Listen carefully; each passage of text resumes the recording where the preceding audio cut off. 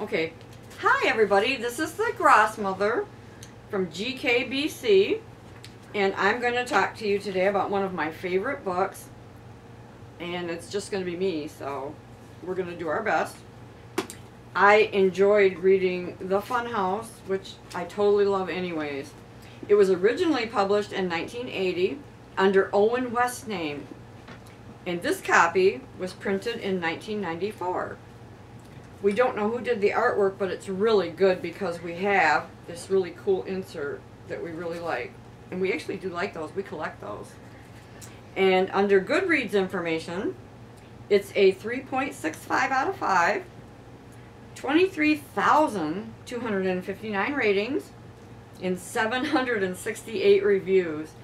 That's just amazing in today's day and age, and I just love it. So, we are going to now talk about The Funhouse.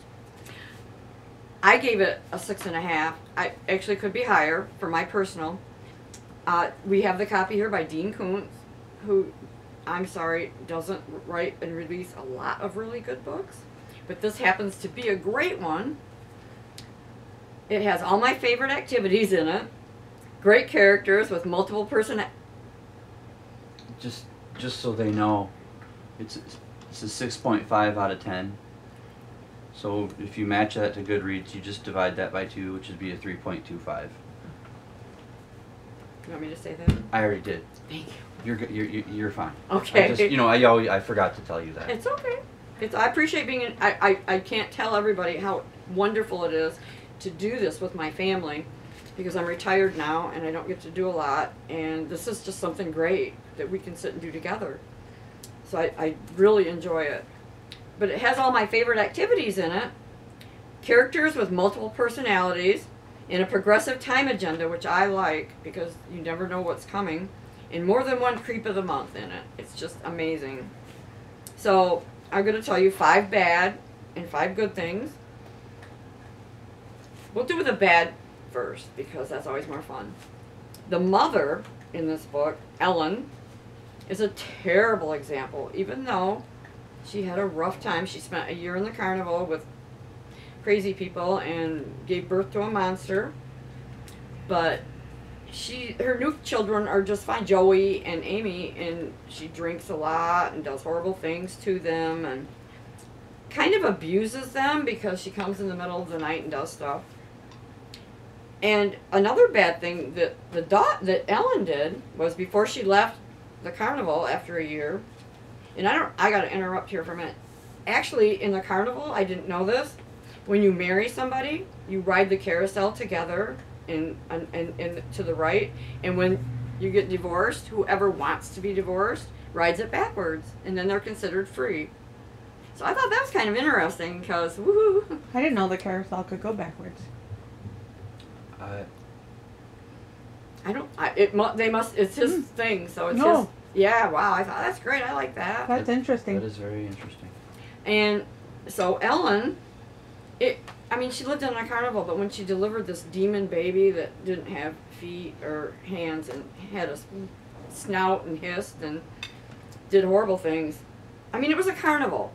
It could have done anything. They could have put it in the tent with the other freaks, I guess. But she killed it horribly.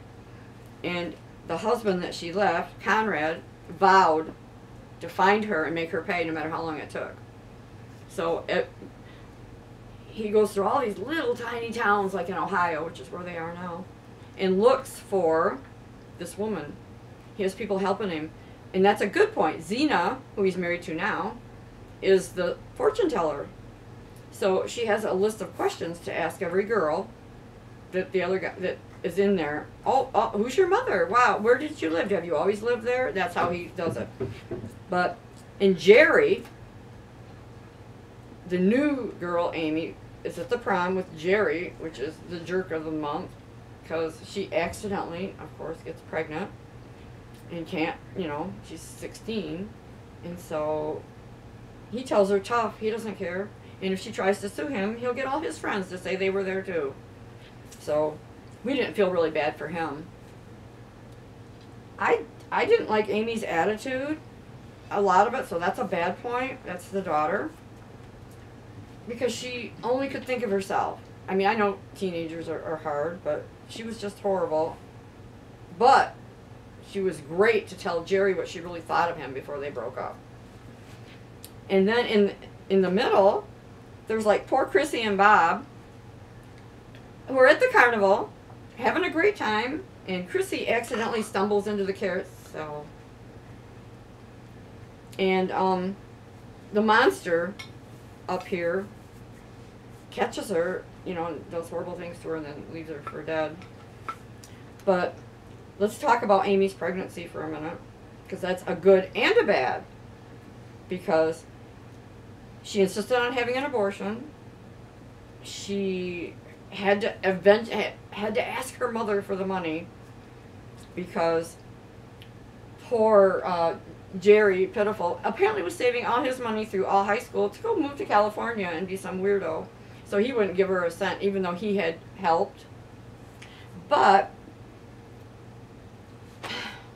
the mother's attitude about the abortion isn't a good thing, because she did actually go around, you know, with it. She could have not done that, so that's a good point.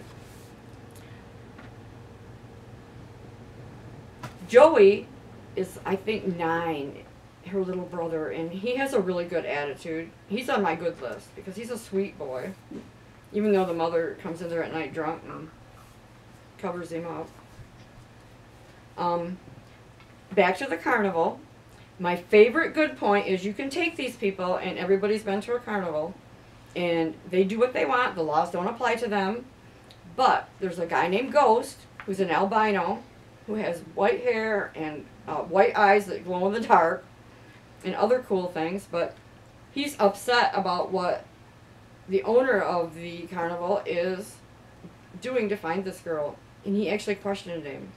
So that's really something in a situation like that. So he's my favorite character in this, and he's really good.